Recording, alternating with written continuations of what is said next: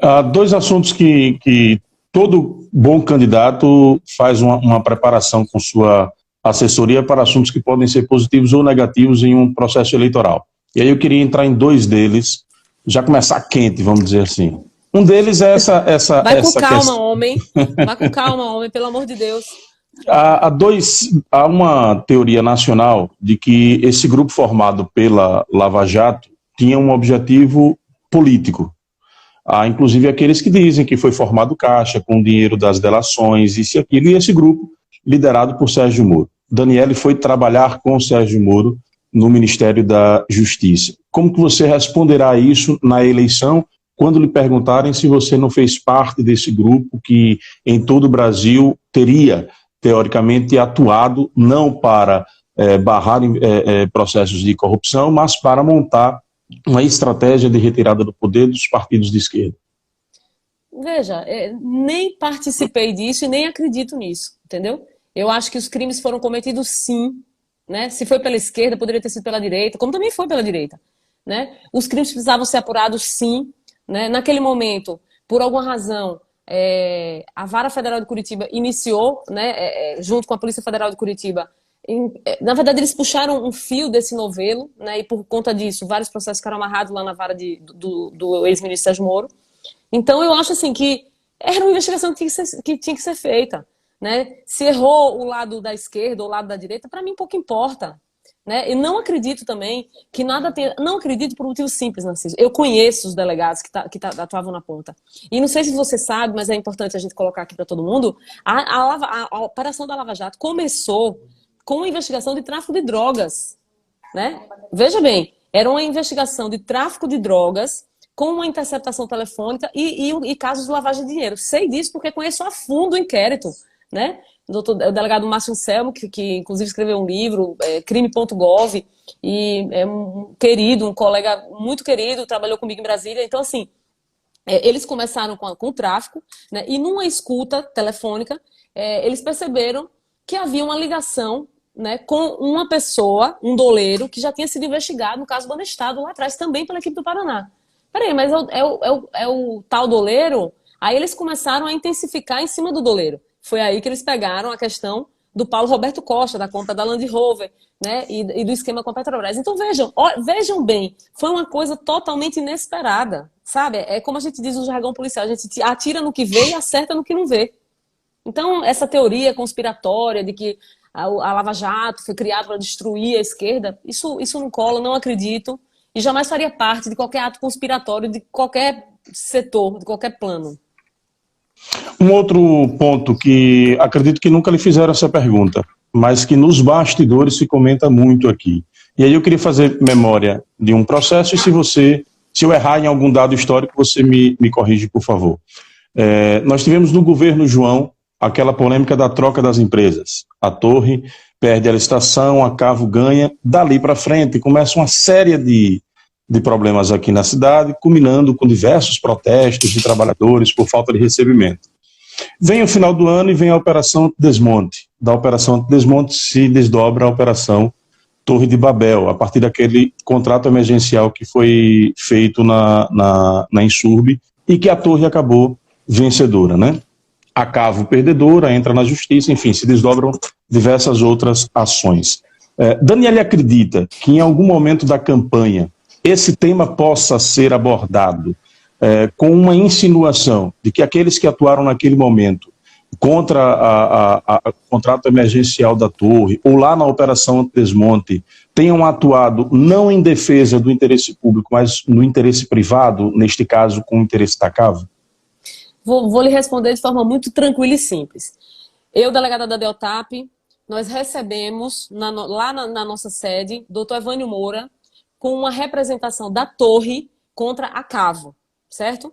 Então, o que nós fizemos? A primeira coisa que fizemos, instauramos um inquérito policial. Segundo a denúncia que o doutor Evânio levava como representante da Torre, tinha havido, né, um esquema de facilitação para a contratação da Cavo, né? Lembrando que a Torre atua no Estado há mais de 20 anos, né? E que com esse... Bom, Deda, Edivaldo vinham no poder, de repente vem 4 anos de João Alves, e foi João Alves entrando e a Cavo sendo contratada. Isso. Então, e de imediato a gente instaurou o inquérito policial e apuramos a denúncia trazida pela torre. Na denúncia, olha, Narciso, entenda, nós pedimos quebra de sigilo telefônico, né? Nós ouvimos uma série de pessoas, um inquérito extremamente complexo. E ao final, né, o delegado Gabriel, foi quem presidiu esse inquérito, eu era a diretora, concluiu, né, que aquelas denúncias que a torre trazia não tinham nenhum fundamento. Né? De fato, não foi comprovado, né? Segundo a denúncia, o governo João Alves teria facilitado a contratação da Cavo. A denúncia era essa. Bom, acontece o seguinte, que a Cavo, sabendo que estava sendo investigada, porque ela foi ouvida, ela nos apresenta uma série de documentos. Epa, peraí, alto lá. Né? A fraude não é minha, a fraude é da empresa Torre. E nos trouxe uma série de documentos e do mesmo jeito, o jurídico da Cavo solicitou a instauração de inquérito policial. Então aí nós fizemos o quê? Instauramos o inquérito policial. Porque pra gente, tanto faz se é Chico ou é Francisco. Se o fato vinha pra gente, a gente instaurava inquérito. Essa era a nossa marca na Deltap, sempre foi. Né? Me lembro que na época das subvenções, né, a imprensa ficava meio maluca, assim, bateu na direita, a gente bateu em todo mundo, né? Era gente da situação, da oposição, era gente que estava no centro, pra gente pouco importa. Então, o que aconteceu foi isso. O inquérito policial da Cavo, né, o delegado Gabriel assinou pedindo o arquivamento, porque ele entendeu que não havia fundamento na denúncia trazida pela torre. O Ministério Público concordou e o juiz arquivou. Agora, lembrando que foi essa denúncia da torre, né, que depois se voltou contra ela própria. Né? Então aí a gente instaurou o inquérito da torre e esse sim, né, culminou com as buscas e apreensões, com as apreensões de celulares, né, depois com a prisão do próprio proprietário da empresa.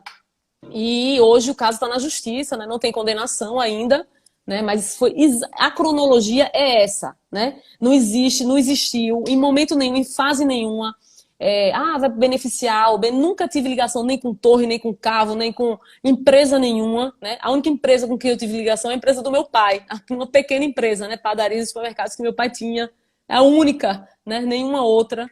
Então, olha, Narciso, eu tenho a tranquilidade de dormir todos os dias, o sono dos justos. Fiz o que achava que tinha que ser feito, enfrentei pessoas poderosas. Você não sabe, muitas pessoas já sabem, mas várias vezes eu recebi ameaças de morte pessoal, ameaças de que iriam pegar minha filha. Recebi diversas mensagens anônimas dizendo: sua filha estuda na escola tal, vai para o inglês a tal hora. Você sabe o que é conviver com isso? É difícil. E em qual momento o Daniel Garcia recuou? Nunca, nunca recuei. Nunca recuei. Até o final, Alessandro Vieira foi tirado do cargo, João Batista foi retirado do cargo, e naquele momento eu continuei na Deltap. E na época eu conversei com eles, eu comecei a investigação da torre e vou terminar. Eu não sossego enquanto eu não terminar. E naquele momento, Narciso, havia um pedido para que eu não pedisse exoneração da Deltap, certo? Para que eu permanecesse mais um tempo até que as coisas fossem... Foi o tempo que eu precisei para terminar a investigação da torre. E aí, quando culminou com a prisão, com o pedido de prisão e com a conclusão do inquérito, aí sim, a doutora Catarina me exonerou da Deltap, né? E aí eu fui transferida para o DENARC. A história verdadeira, olho no olho, cara a cara, é exatamente essa. Isso é que está nos registros da Deltap, na justiça, para quem quiser ver. Eu lembro de um fato que eu estava nessa época eu trabalhava na rua, repórter de rua, e teve a CPI do lixo. Você foi depor lá depor não, né? Foi dar esclarecimentos na CPI do lixo. E quando terminou a sessão, eu recordo que na ponta da escada ali do plenário da Câmara, a gente lhe questionando o que você poderia ter colocado a mais e você lamentando o fato de não ter podido falar relacionado àquele momento. E aí se pergunta, na eleição, Daniele pode trazer fatos do que descobriu na investigação? Legalmente é permitido, não é permitido? Tem arquivo, não tem arquivo? Tem grampo, não tem grampo? Tem as histórias e assuntos dessa investigação que Daniele pode suscitar durante esse processo eleitoral? Narciso, eu adoro dar entrevista para você. Eu gosto de gente inteligente, entendeu? Que sério. É porque eu tenho respondido a tanta pergunta boba que às vezes eu falo assim, meu Deus, como é bom falar para Narciso. Olha, Narciso, aquela CPI do lixo, Eu fui convocada, né? Elber Batalha, a própria Emília Correia, né? Batalharam por essa questão da CPI. E na CPI, a prefeitura conseguiu, aliás, a Câmara conseguiu uma decisão judicial para que eu não falasse de um determinado ano. Por quê? Porque era exatamente desse determinado ano que a gente tinha conversas telefônicas importantes, certo? Que era o ano de 2014, se não me engano. Então, vejam, Daniele vai poder usar isso, mas claro que não, porque existe o sigilo profissional. A lei de interceptação telefônica é clara, né? Divulgação de áudios, é crime. Né? Imagine você, eu tenho 19 anos de polícia, você consegue mensurar a quantidade de áudios que eu já ouvi na minha vida policial? A quantidade de coisas que eu sei, vários delegados, policiais e agentes, né? A gente tem responsabilidade. Nós nunca trabalhamos com um vazamento de áudio, né?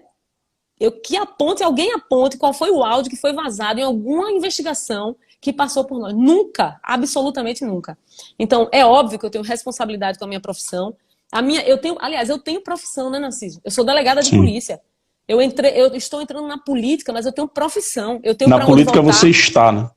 Pronto, eu tenho salário, né? Eu não preciso viver da política, não. Então, é óbvio que o que é sigilo profissional vai ser mantido como sigilo profissional. O que é público, muita coisa do processo, depois que vira processo, que tem condenação, está público. O que for público, a gente vai poder falar. O que não for, por responsabilidade profissional, vai ser mantido sigilo, não tenho dúvida disso.